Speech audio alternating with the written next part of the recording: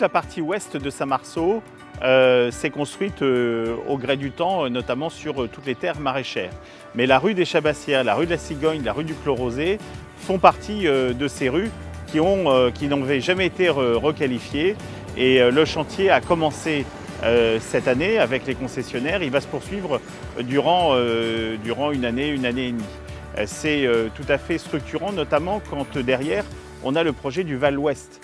Le Val-Ouest avec un développement de maisons, d'immeubles qui seront résilients, c'est-à-dire qui resteront et résisteront aux inondations, ce qui n'est pas le cas de beaucoup des maisons qui sont autour de moi, et qui par ailleurs doit garder son caractère paysager, parce que c'est un des endroits où on continue à la fois de voir la cathédrale d'Orléans et en même temps de sentir la présence du Loiret qui frise l'ensemble du Val-Ouest. Dans cette année 2017 qui s'écoule en ce moment même, je pense à 3 projets structurants pour la ville et surtout pour Saint-Marceau. Le premier, c'est la requalification de la RD 2020 entre le pont Candolle et le pont Joffre. Là, c'est un axe majeur pour Orléans, pour Saint-Marceau, et c'est important de faire quelque chose de qualitatif. Nous avons commencé les réunions de concertation et nous allons continuer pour avoir des travaux dans le courant de l'année 2018. Je pense également au projet Comet.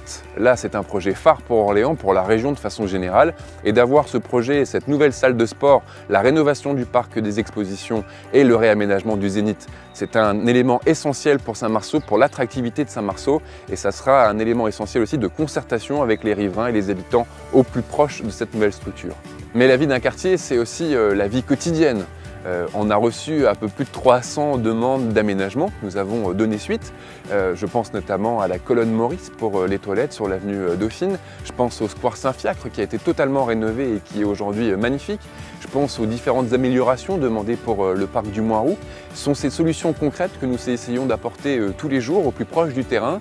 Je pense notamment aussi aux requalifications que nous avons faites l'année dernière, par exemple la rue des Anguigny, avec l'implantation de chicanes, l'amélioration de la situation sur la rue des Montées, la mise en place de stationnement sur la rue Piégrouille.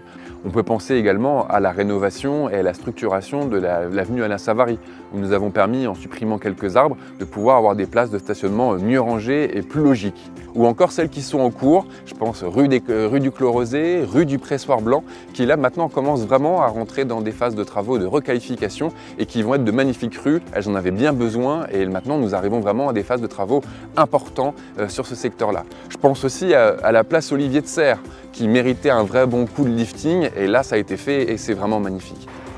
La rénovation du labo est terminée et aujourd'hui on a sur le 5e étage une vue panoramique sur tout Saint-Marceau. Et tout Saint-Marceau aujourd'hui ça continue de bouger, de se transformer. La serre a été reprise et va bientôt ouvrir comme un lieu de référence pour tous ceux qui veulent faire un certain nombre de manifestations dans l'Orléanais. Ici, le carrefour Guingo, avec derrière la fameuse passerelle qui, tous les matins, permet aux parents d'emmener leurs enfants à l'école du Jardin des Plantes. Tout ce carrefour va être sécurisé pour être traversé à pied paisiblement. On va calmer le jeu sur la RD 2020, ce qui est un élément très important de requalification. Requalification qui va par ailleurs se poursuivre jusqu'au carrefour Candolle. Bref, c'est toute cette réorganisation de Saint-Marceau en gardant son esprit qui maintenant est engagé et pour en faire un des pôles majeurs de la métropole orléanaise.